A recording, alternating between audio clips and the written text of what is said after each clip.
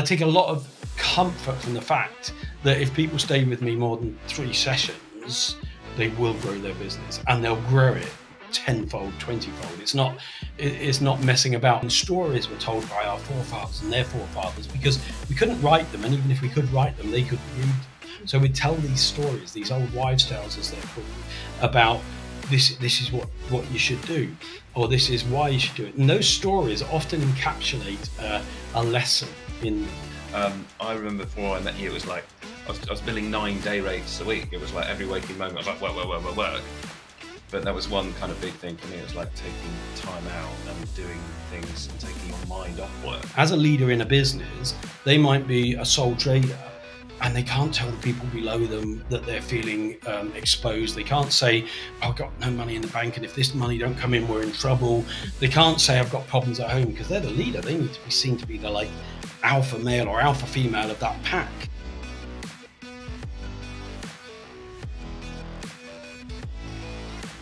I've got Tessa with me, and I've got the Mr. Mike Greene. How's it Hello, doing? it's good to see you, Alex. Absolutely. It's a bit weird for us because Tessa and I don't actually see each other in real life. Oh, we called it separately. Yeah, we are. Okay. We're online. We're in our offices, to be honest, and we work together all the time. Yep.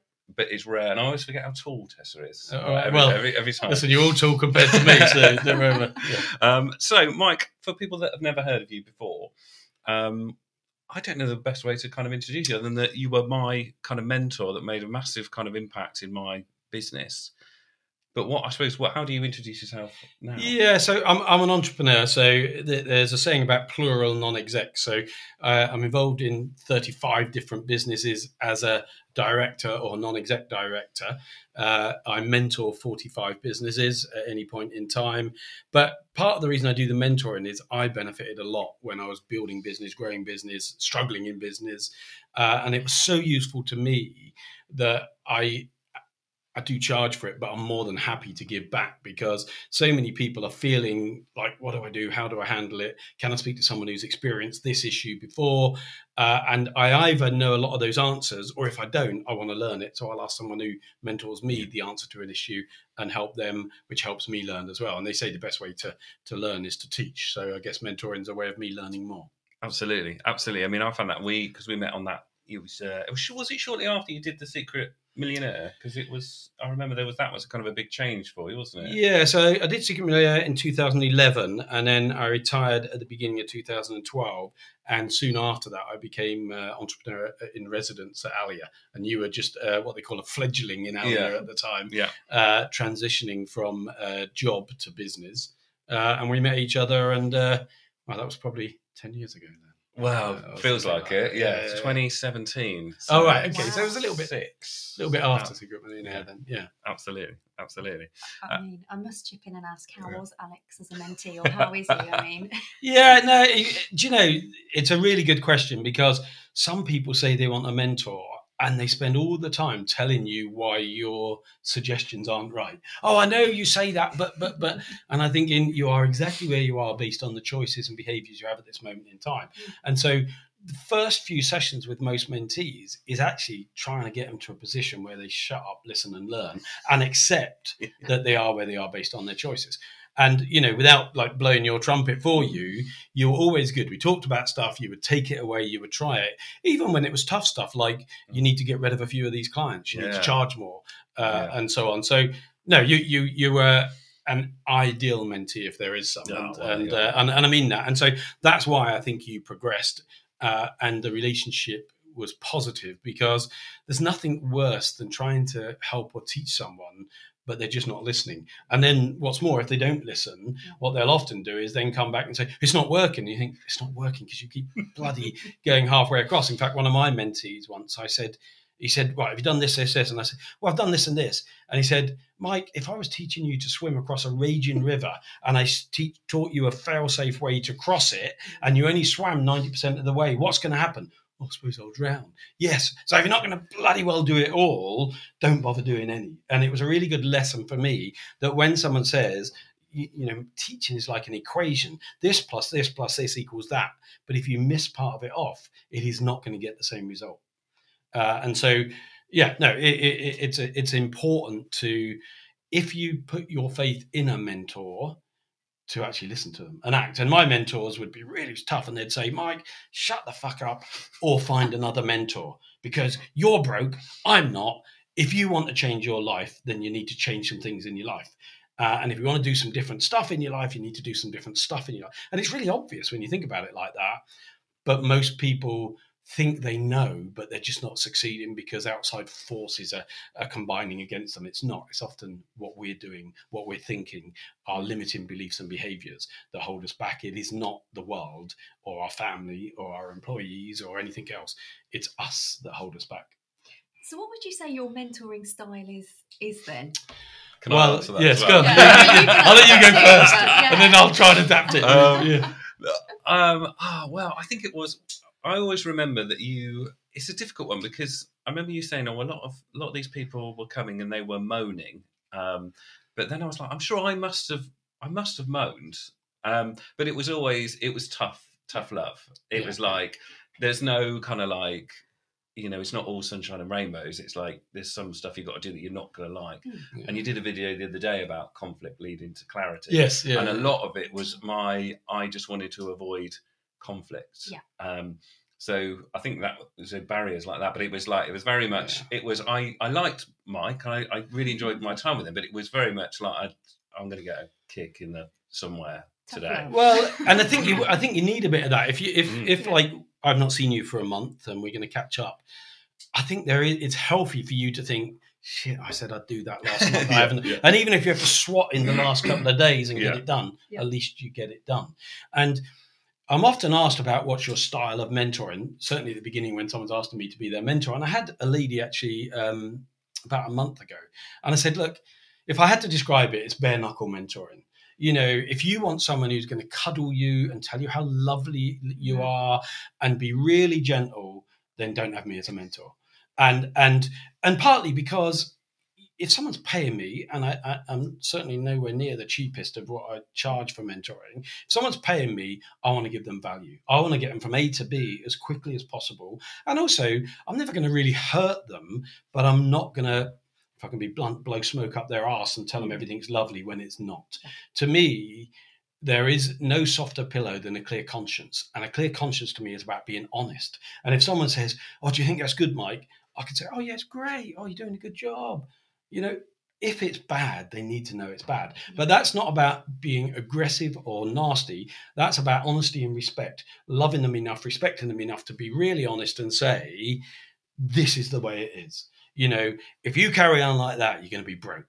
Or if you don't do that, you don't have to do this, but if you don't do this, this is where you're going to be. And I take a lot of comfort from the fact that if people stay with me more than 3 sessions, they will grow their business and they'll grow it 10-fold, 20-fold. It's not messing about, but it also does anger me that there are a lot of coaches out there that are really cuddlers.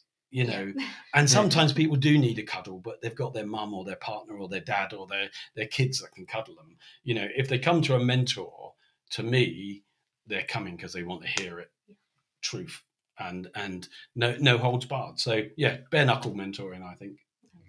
And how for me it was luck and timing, and I didn't kind of look for you. I saw Alia said you were here, and I was like, well, I need to get in. But like, how did you find yours? And if you're like, if you've decided today, oh, you know what, I need to actually speak to them, how do you, I suppose there's the choosing the right person. Well, where do you look? And how? Sometimes they find, and often they find you, and there's a Chinese or Japanese proverb, Chinese, I think, which is when the student's ready, the teacher will appear, kind of thing. And it goes back for me right to when I was a paper boy, and I talk about this on Secret Millionaire, I talk about it in my book, and a guy called Les Hooper, who said to me, son, go out and get yourself a shirt and a tie. And I was a paper boy at the time, and I said, why is that? He said, I want you to work in the shop on Saturdays. And it was only working on the tills in a newsagent. But that, for me at the time, coming from where we were, was like, oh, someone else believes in me. And I said, oh, why do I need a shirt and a tie? And he said, because I want you to work in the shop and I think you'll be good at it. And it's like, someone saying you'll be good at it. But then he was like really like blunt in what was expected. So it was this mixture of belief and tough love. And then as I got into business, I just was almost like a 2-year-old, in the sense that I asked, why, you know, Mum, can we do this? No. Why? Because of this. Why? Well, and it's, you know, how they're annoying, and that questioning gets knocked out of kids as they grow up, because we stop asking questions, and even parents do it. And then, you know, teachers will say, stop asking so many questions. And I had a big argument with one of my kids' teachers once, because he put on a report that she asked too many questions. You know, how do you think we learn? And so I asked questions. So if I found someone who was good at marketing, oh, could you teach me more about marketing? If I buy you lunch, will you give me some tips on how we can market better? Or can you teach me some more about the finances? I kind of get it, but I don't really get it. What should we be doing differently, better, best? And so I just asked. And often you just asked. And actually, even if a mentor or prospective mentor that doesn't see themselves as a mentor, they're just someone in a better place than you in a certain sector or area, even if they're going to say no, they're going to be thrilled or honoured that you asked them. So they'll always say no nicely. They'll say, look, I'd love to, Mike, but I'm just too busy at the minute. I can't do that. And so I found that they either said yes or they said no nicely. And I just asked why, or can you help me? Can you give us some advice? And then I started asking for it in my team. So, you know, if someone in my team needed some marketing skills, I'd ask one of our clients, I'd say, look, you're one of the best people I've ever met in marketing. Is there any chance you could mentor John a little bit, or Tom a little bit, or one of the team a little bit in this area? And often they would just say, yeah, happy to. And actually, most people are so honoured to be asked, because it is an honor. When someone says, will you mentor me, they're saying, I recognize your skills or your success, and so on. And so it's an honor to be asked. And so even if you say no, and if you are ever asked, say no nicely. And then what you realize is the best way to learn is to teach. So that's good. And actually, when you can help people, it's quite selfish in that you gain a lot more than you give often, because you feel it's good to give back. Yeah, absolutely. What's the best way to we kind of touched upon it earlier, kind of like not doing what your mentor says, but I remember we talked about you've had some people that sort of not lie, but they sort of polish the truth. And I remember you kind of saying, if I as the mentee are not honest with you, then you're not going to get the right advice. And I think sometimes when you meet someone that you want to work with and you look up to and respect to, and you want to let them know you're probably doing better than you are, it's probably not the best thing, is it? Yeah, I mean, I you know how blunt and direct I am, but you know, as you were saying, polish the truth. I was picturing a polished turd. You know, the chocolate covered shit is still shit. You know, so if someone says to me, "That's a pile of shit," oh yeah, but if I cover it in chocolate, it'll be nice. Would you eat it? You know what's in it. It can have as much chocolate on as you want. It's still shit. So you know. And never bullshit a bullshit. You know, I've been there. I'm not perfect, and I've bullshitted my way through circumstances. So, and I'm a behavioural profiler, so I can read people's faces. I can read their intonation. I can see their breathing, their eye movement, and so I know when they're lying anyway. But most people also know when people are either lying or bending the truth. And so, you know, I can't make someone be honest or fully honest. And what you get often when you start mentoring someone is maybe 90% honesty or 80% honesty. And so often if I'm doing an hour a month with somebody, the first time I see them, they'll come in and they say, oh, this is me, and I've got this business, and I've got all these clients, and they love me, and we've won this award, and we're all this. 4 sessions in, I find they're close to bankruptcy. But it's taken them 3 or 4 sessions to feel comfortable enough to know that I'm not going to judge them for that. You know, Jules and I have been bankrupt. We've been homeless. We've lost everything. And I wrote a book called Failure Breeds Success, because I really understand that any successful journey is littered with failure. Failure is not the opposite of success. It is part of the journey and one of the key ingredients to success. So I'm never going to judge them, but people don't want to kind of bare their chest, bare their soul until they feel safe or they feel that you're actually on their side.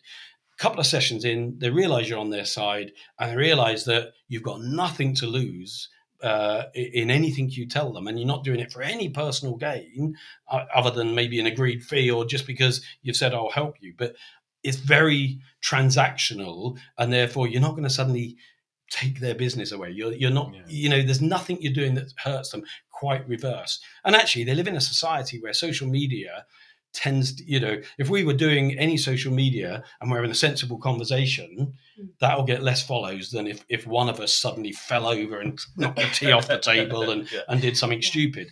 So sadly, people are terrified at being exposed for mistakes. Yeah. So yeah, there's a trust element. So even though I'm blunt and I'll call out the bullshit, I am conscious that on that journey, it does take a couple of hours for people to be honest. And often they're hurting because as a leader in a business, they might be a sole trader and they can't tell the people below them that they're feeling exposed. They can't say, I've got no money in the bank, and if this money don't come in, we're in trouble. They can't say, I've got problems at home, because they're the leader. They need to be seen to be the like alpha male or alpha female of that pack. And so often there's this like cloak of falseness that is hiding so much anxiety, and 70% of entrepreneurs experience mental health issues during that journey, several times sometimes. So being aware of all of that while you're being a mentor is saying, I can kind of push them, but I don't want to push them so far. So as I say, I've got 44 actually mentees at the minute, and at any time with that number, a couple of them are suicidal. A couple of them are dealing with drink and drug problems. A couple of them are going through bankruptcy or on the verge of bankruptcy. So I've got to be really conscious that, how you got to be honest and don't sugarcoat stuff, but you can't push them so far that you push them over the edge. So sometimes we'll spend a whole session talking about, when I became homeless and Jules and I had to live with friends for a month, and we, had to go shopping at 4:00 on a Saturday because we knew that's when the markdowns would be done in the supermarket, and we had to eat lots of potatoes and not much else and things like that. And you start to make it realize that you've been there. It's okay. And then you can talk about this too shall pass, even if everything drops. And one guy just last week has gone into administration. And then you start talking about, okay, so where next? You are not a failure. This is a failure in your journey, but we're still on the journey to success, and we're going to pull through this, and you're going to come out of this. And this is going to make you stronger. All the things like iron doesn't become steel till it's been through the fire. And people don't like these cliches because they kind of cut to the truth. But you need to show them this is just an event on their journey. It is not the end of their journey. It is not who they are. It is not where they're going to be. It's just a stepping stone. Do you feel pressured at all? Do you take it home with you? Or can you kind of block it out? That's a good question. Probably one you should ask my wife, actually. I don't ever feel pressured by the extremes, and it's interesting. I as a behavioural profiler, and I've always been fantastically interested in psychology. My daughters both, one got a first in psychology and is studying cognitive neuroscience as a master's now. The other's doing psychology and on track for a first. So psychology is a big part of what we talk about, how we do it. One of the things I've learned about myself is I clearly went through a lot of trauma as a kid. I was very scared. We often went without. I had a stepdad who was very aggressive, violent. So that trauma you got to deal with. Now, you can often see people who've dealt with trauma will often be the best people when everything's going wrong. If there was a fire or it's a big accident, they will be spookily calm. I mean, it is almost unsettling, but they're the people you want in a problem. So when there's something of that extent, like someone suicidal or going bust, it doesn't faze me at all. The bit that makes me really angry is if someone is making stupid mistakes again and again, or not listening, or telling me why it's not working and what they need to do. And I'm thinking, if you really know, then just do it. Because at the moment, everything you're screaming says you don't know, but you're not doing it. So I get, and this is a trauma thing often, unreasonably angry with the small stuff, but incredibly calm and unaffected by the big stuff. I hope you're enjoying Success is a System. Every Tuesday we launch it on all podcast platforms and on YouTube. Drop us a note and tell us who you would like to see or hear on Success is a System, or what subjects you'd like us to cover to help you and your business. Success is a System. Like, subscribe, and make sure you get it every Tuesday for great lessons and systems that have made people wealthy, healthy and successful. And if you see that in someone, they've probably got unaddressed trauma somewhere in their life. Which makes sense, I suppose. Yeah. How long are you on a journey with someone? Does it vary how often you mentor and how long that takes? No, absolutely. And so, I often use the example of, say, David Beckham, who, you know, would have started in a Sunday league football team sort of thing at school. And I do remember there's a Radio 1 DJ called Sarah Green, who, when she was on a local radio, had interviewed him because he was already been seen as a potential one to watch in the future. And she said to him as an 11-year-old, and she talked about this a lot later in interviews. Oh, so I'm so embarrassed now that he's like one of the best players in the world. She says, I asked him when he was 11, what are you going to do when you're older? And he said, I'm going to play for England. And she thought, oh, bless him, you know. Yeah. But what if you don't? She said. What if that doesn't work? What else are you going to do? And she said, as an 11-year-old, he looked me straight in the eye and said, I'm going to play for England. There was zero doubt in his mind that he was going to play for England. Now, the reality there is, though, even though he had that knowing then, and he was already a good player, he needed to swap up from a Sunday league coach or mentor to the next league coach or mentor to the next league coach or mentor. And even as one of the best players in the world, he still has coaches and mentors and managers. But they accept that they can take him to this level and then he needs someone else. And so for me, there is a place at which I would say I can teach someone how to take a business from nothing to £100 million, let's say, when it's still quite fast and it's exciting.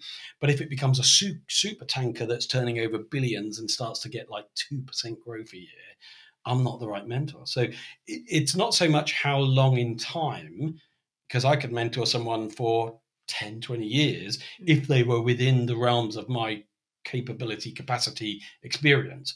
But the minute they went beyond that, I would be the first to say, I can't help you anymore. You need to get someone else. And sometimes it's just that they stop listening because there's a level of you've got so close that they see you as a mate, and it's hard to take lessons from a mate sometimes. So yes, there is a timeline on all mentors, and a mentee needs to recognize that, but the mentor needs to recognize it as well. And when I hear about coaches, I sometimes think some coaches are thinking about how do I get another 10 sessions out of them, and it's more about the monetary gain for the coach than it is the kind of real, am I making a difference here, genuine belief of the mentor. And the minute that the mentee isn't getting something out of it, or the mentor is feeling that it's marginal gains, I think that's the time to part. And the Beckham example is a good one, because he still, I suspect, would talk really fondly about the people who coached him at the lower levels and all through. So it's not that they do anything wrong. It's not that they're bad. It's not that they're limited, but they're the best coach for a small young child. And then someone else is not good with children maybe, but the best coach for someone who's at the top of their game and needs to hear it more bluntly or get infinitely detailed feedback. Okay. There's an excellent documentary on Disney Plus, I think it is, called Save Our Squad. So Dave Beckham goes back to the league where he started in, and then he kind of mentors these kids who are like struggling in this league, and he talks about how he was like this weedy little kid and he got dropped, and they were all like, what? And so them hearing that, like, the kids are on the bench not getting into this team, we're hearing like that he was in the same position, that he was like, I was good and I practiced every day, but I wasn't. It's a physical league, so I had to work on that part. It gives them belief that they can still make it. Yeah, absolutely. No, absolutely. And that's why I insisted when I wrote Failure Breeds Success that failure was in the title, because I was advised not to put failure in the title of a book because people are focused on the failure. But I said, we live in this kind of X Factor world where we believe we're going to be seen by someone. They're going to say, oh, you're amazing, and we're going to become a zillionaire. Or we're going to buy one lottery ticket and become a multi-millionaire. The reality is, for the vast, vast majority of people, it isn't going to come that easy. It's about a lifelong journey towards different success in whatever area they want. And they need to know that is going to be littered with different failures, some small, some big, but you can pass through them. I love the saying about, if you're going through hell, keep on bloody going. You know, why would you stop there? So go through hell, but keep on going and pass through it towards a better place. Definitely. Yeah. So we touched on sort of mental health and things like outside of work, and Andrea's loving today because she says, whenever you go see Mike, I always get a date night. we always talked. We always had a proportion of time talking not about work. I think because it's important, isn't it? You know, having you sent this invite out to this barbecue, and the subject was like, you've got to take time out, family, friends, and take time away from the business. I remember before I met you, it was like, I was billing 9 day rates a week. It was like every waking moment, I was like, work.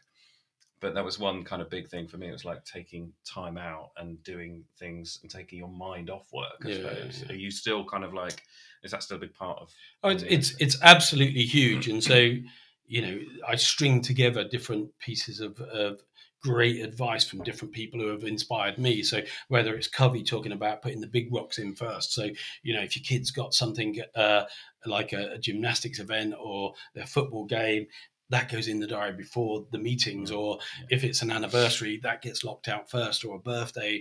And so family is really important, but it's not just because, it's kind of almost cliche to say, I'll put family first. Of course, that's why most people are doing it, even if they're working really hard. In their mind, they're doing it for family. What they perhaps don't understand is if you are a bodybuilder, for instance, or a gymnast or an athlete of any kind, you don't grow whilst you're actually training. You grow while you're resting.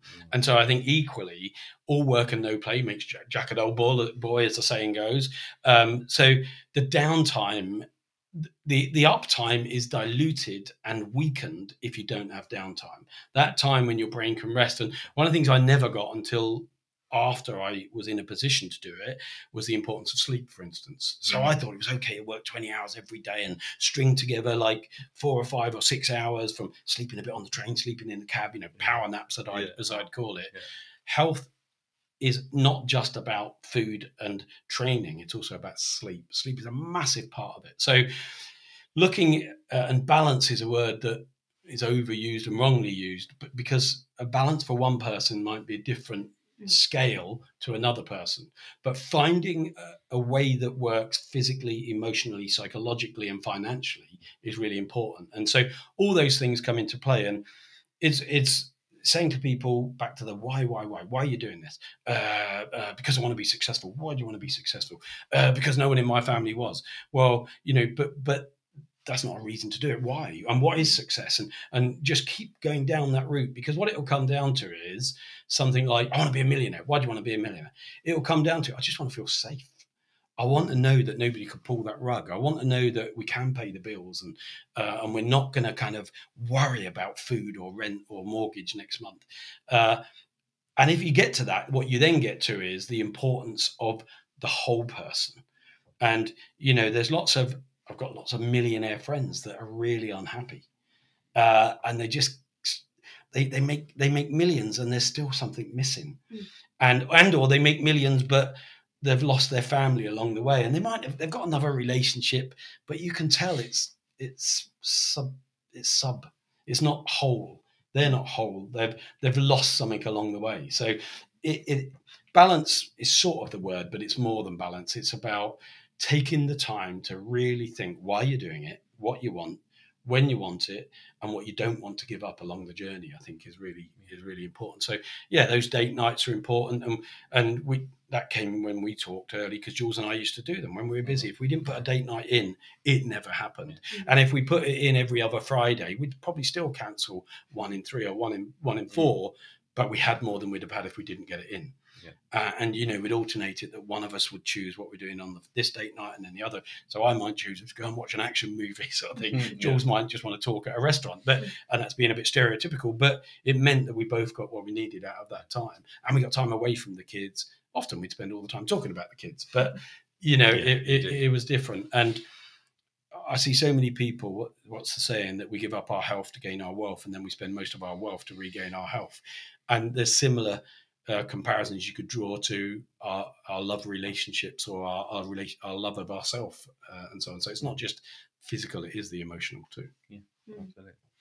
Can you have too many mentors? I was having a chat the other day with we do a little coaching thing, and then there's a guy that some of them follow that says, you should do Facebook ads and build up your email list and do that, whereas I'm like, well, if we rank for get in front of people when they're looking for advice, we can get an inquiry there. We don't need to go through all that.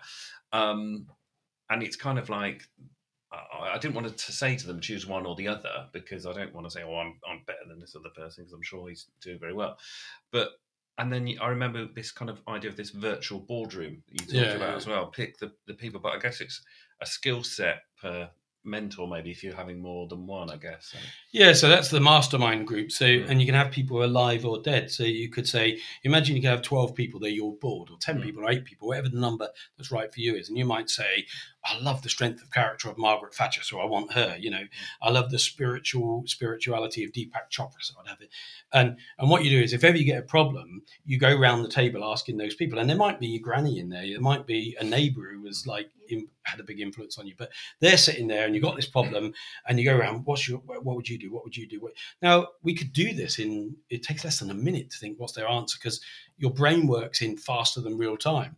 And the worst case is, even if it's still your brain, Margaret Thatcher is going to give a different answer to Deepak Chopra, to your granny, to your neighbour. Yeah. And the worst case is that after considering 8 or 10 or 12 different perspectives, you're going to have a more balanced response to whatever the issue is, not just your guttural, instinctive, singular response.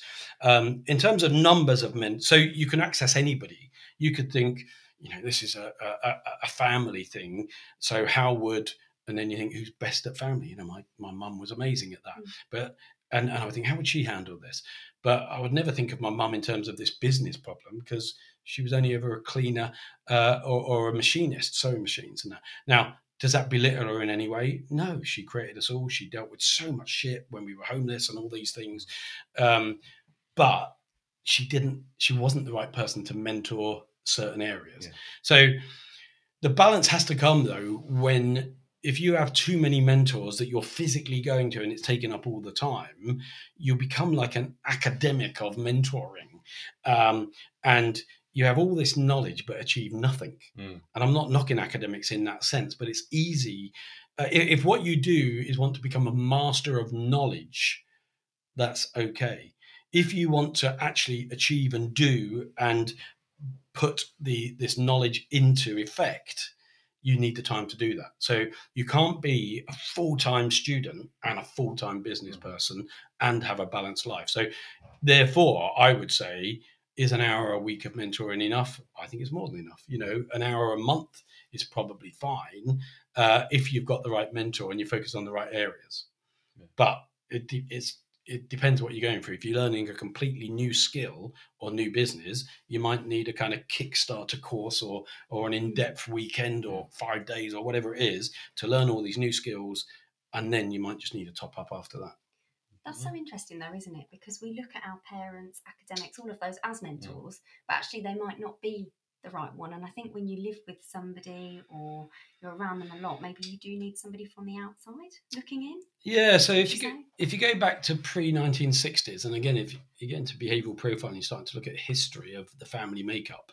Pre-1960s, there was a very good chance that you would have been born, educated, brought up, lived, worked, married, died within 10 miles of where you were born.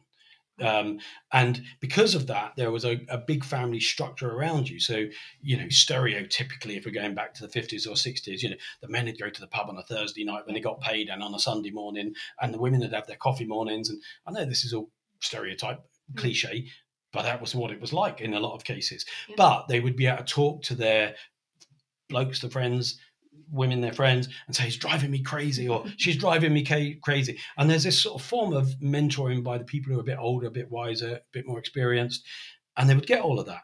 As we've moved on, families have become more disparate. People have travelled. We might have family, but they're in a different country, not even a different county. Yeah. So we don't get the time. And then we live in a world where we don't want to tell our friends our problems because we want them to think it's all perfect. Yes. So we suffer in silence with a lot of these issues. And families sometimes aren't the best mentors. In fact, I often use the analogy of crabs in a bucket. If you see crabs in a bucket and one tries to get out, the others will pull it back in. Yeah. So sometimes family, not consciously, it is subconsciously, they want you to do well, but not so well that you leave them behind. Yes. Or not so well that they don't want to think that you think you're above them, even though you may never think that. And you may actually, if you excelled, you may actually give them a hand up. But often families can be the biggest thing to hold you back because the power of association is so strong. Jim Rohn said you're the average of the 5 people you spend most time with. Average income, average attitude, average confidence, average health, and all these things. If you're spending time with people who aren't where you want to be in life, or they're all crooks, or they're all drug addicts, or they're all, at a level that isn't where you want to be, it's really hard to get out of that.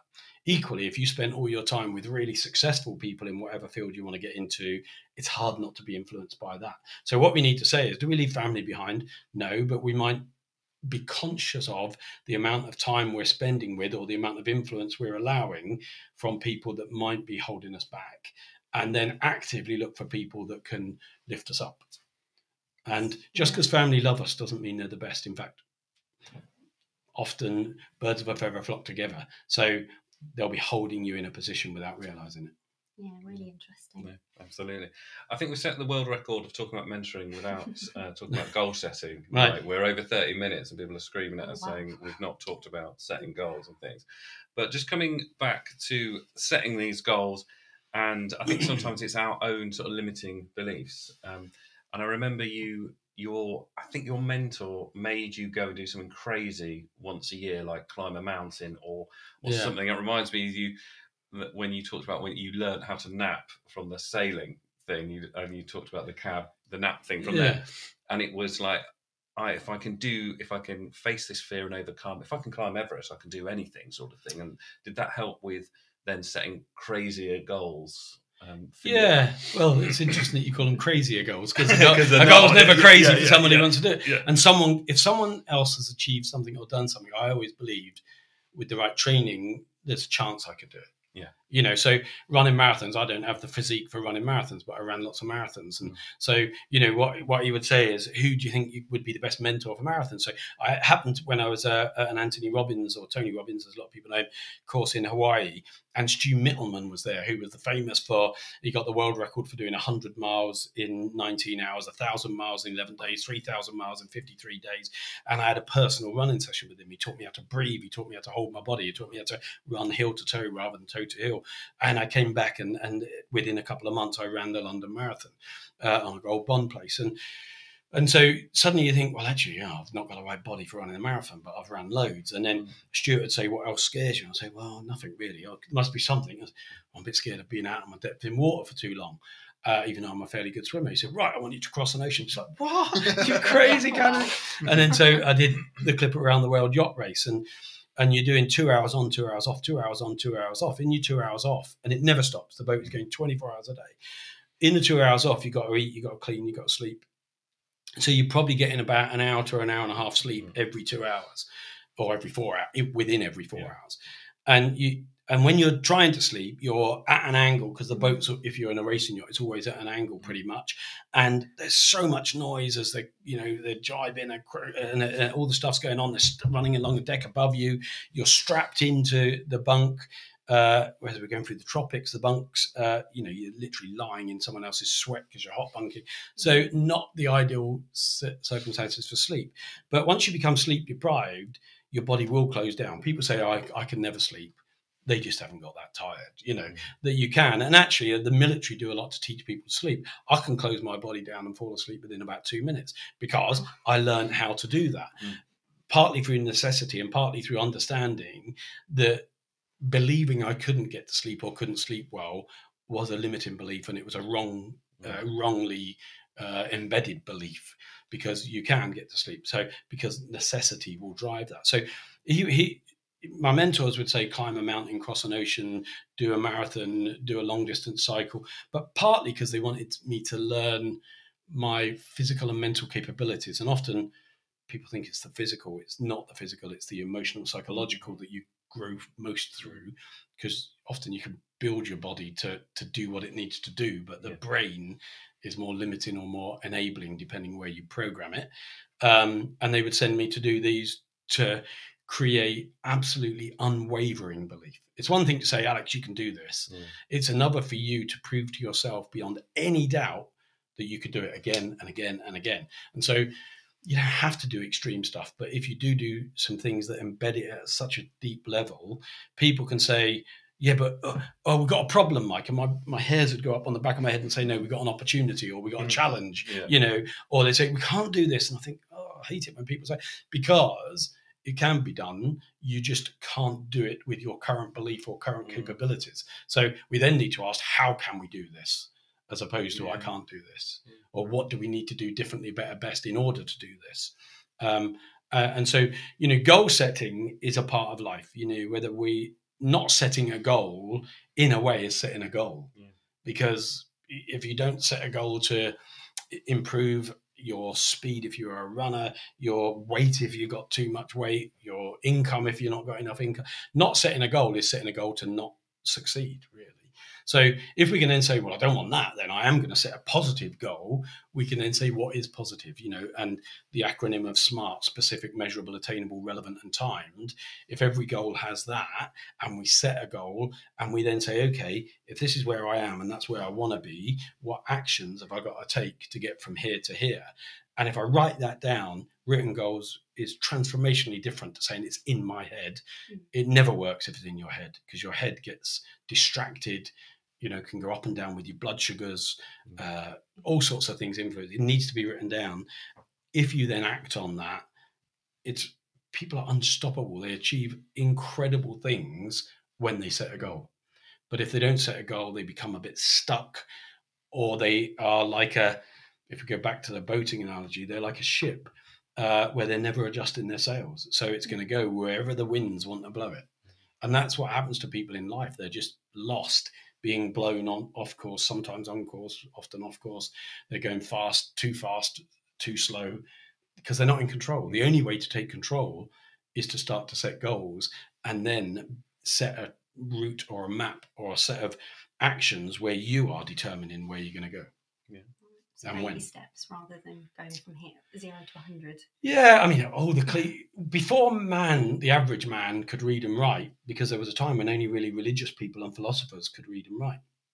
So the way that the average man was controlled, often through religion or taxes or violence, is they're told, if you do some good things, you're going to go up, and if you do bad things, you're going to go down, and you're going to live in hell or you're going to live in heaven. And that was a way of controlling people. And then stories were told by our forefathers and their forefathers, because we couldn't write them, and even if we could write them, they couldn't read them. So we'd tell these stories, these old wives' tales, as they're called, about this is what you should do, or this is why you should do it. And those stories often encapsulate a lesson in them. So I love looking at those old sayings and trying to think, what's the real lesson here? Where does that come from? And so when people say that's a cliche, it's a cliche because it's said a lot. It's probably said a lot because it had an underlying truth to it. So rather than think it's a bloody cliche and discard it, think what the lesson in there was. And it's been being taught for centuries, not just decades. And those lessons are always there. And we can learn if we're open to learning. Yeah, nice. I think we've got time for probably one more question, and probably the best one. Tessa, you wrote it about the kind of rewarding stories. I'd love to hear that. Yeah, have you got any rewarding stories? So people that have come to you, that have listened to you, they've set goals, and they've gone a long way. Is there any success? Yeah, well, Alex has done very well. Example. Because fishing. It's easy. But it's easy to say. We're doing all right, but then we got better. You were really struggling back then. You were working too hard. That was putting pressure on the family. And you were beating yourself up for not spending enough time with the family. Yeah. And physically, that was putting you in a bad place. And I've seen lots of them. I've helped people turn an idea into selling for millions and millions of pounds and having life-changing. And even people from Alia, Francois done really well. And connecting people.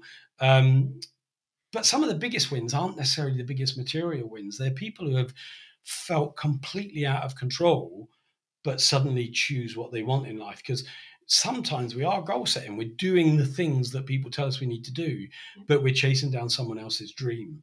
And so sometimes it's like, my dad was a banker, my granddad was a banker, so I've got to be a banker.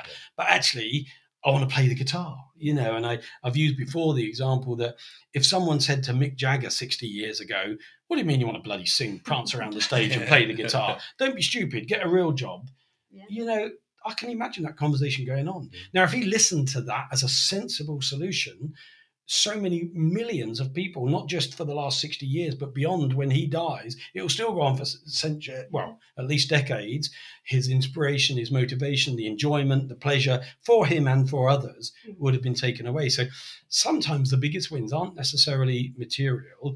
They are helping people realize what they really want, who they really are, when they drop away the limiting beliefs or boundaries that have been set by other people, and they start to realize what they truly want. And that means taking time to think.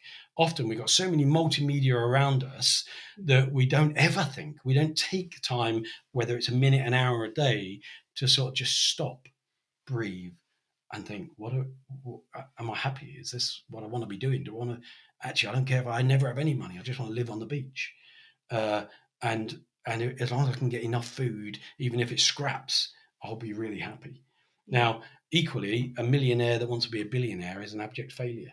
So it's firstly helping people realize, and every time I can help someone, there's a point at which you see that light in their eyes where they've connected to who they are, who they want to be, and what they've got to do to get to who they want to be. And it transforms people. It transforms people. He's a big softie, really. He may give it all the F's and blinds, but loves it, really. Mike, thank you so much for coming. I say coming. We've come to you. We're in your lovely home. But if I'm listening, I'm thinking, I like the cut of his jib. He could teach me a lot. I want to spend some time with him. What's the process? Drop you an email? Yeah, I'm on LinkedIn. I've got my podcasts. I'm on every social media. Drop me a direct message, and we'll pick up the conversation from there. I love mentoring. I can do group mentoring, individual mentoring, but even sometimes I do so much social. Every single day we'll be putting shorts and posts out there. Every week we do a podcast, Success is a System. And so there's a lot of free mentoring on that. Yeah. If people want more specific or more one-to-one, contact me and we'll have a conversation. I've heard episode 3 of Success is a System is a very good one. Great. Is that yours? Yeah, it's fine, yeah. Well, it is very good. Yeah. Excellent. Mike, thank you so much. And we'd love to catch up again soon. Thank you. Oh, wow. Cheers. Thank you.